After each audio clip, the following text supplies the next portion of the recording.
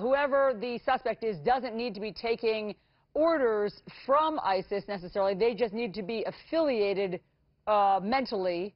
Their mindset needs to be with ISIS in order for it to be terrorism. Mark, go ahead. I reject that idea. Similarly, I reject the idea that a beheading as such means it's terrorism. I mean, that's absurd. People behead for all sorts of reasons, all of them disturbing, all of them disgusting. But the act of beheading per se does not make it terrorism. Now, the question of whether this person had a religious connection to Islam is an interesting one and a necessary one to ask. But again, because someone is Muslim and they commit an act of workplace violence, that doesn't necessarily make them a terrorist.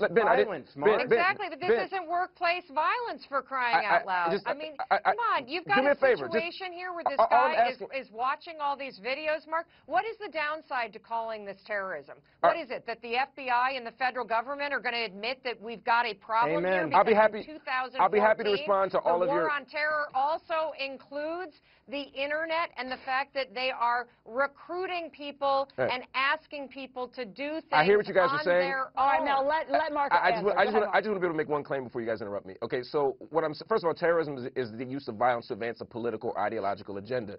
There's no sense here, based on what the law enforcement experts say, that he was attempting to advance an ideological or political or even religious agenda. It sounds to me like a deranged person who was Muslim who killed somebody at work. The reason he engaged in workplace violence, according to him, hold on, Ben. According to him, the reason he engaged in workplace violence had nothing to do with advancing a religious agenda. He called himself hold on. Spoken yet. He called himself He called himself Jakim Yisrael, which is a Hebrew name. He had Jesus Christ tattooed on his chest. This guy has some mental health issues. That's what it's about. There's no doubt. But anybody out there that's beheading people, including ISIS fighters, they all have mental health problems. They're beheading children, for goodness sake. Correct. That's not normal. But it's also in the category of terrorism. And more importantly than that, why is it that I have to beat my head against the wall for you to act as if you don't want this to be what it is? There's no reason to downplay the magnitude of what this is. ISIS says we want lone wolves. ISIS says go out and behead people.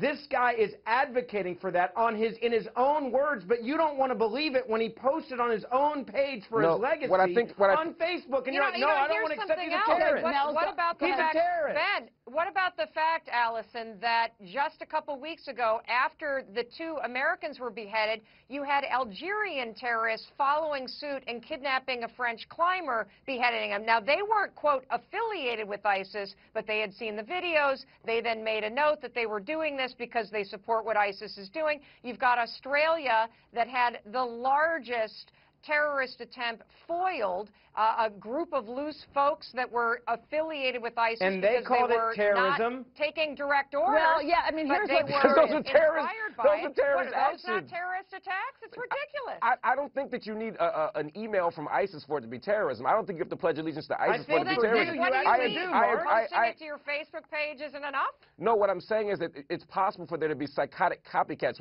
Psychologists and criminologists talk about people who will see a violent act somewhere and they will replicate that behavior, but it doesn't mean that they're doing it for the same political or religious or ideological end. And to be a terrorist, you need one.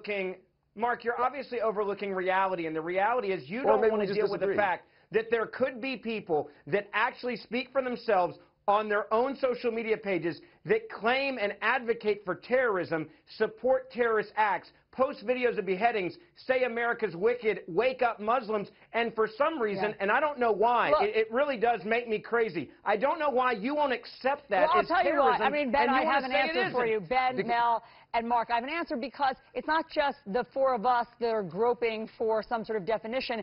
The FBI has a different definition than the State Department has, than the White House has. We actually, as a country, have not clearly defined what constitutes terrorism, but we will take that up tomorrow night for a different night. Guys, thanks so much for this debate. It's always interesting. Ben, Mel, Mark, I appreciate it.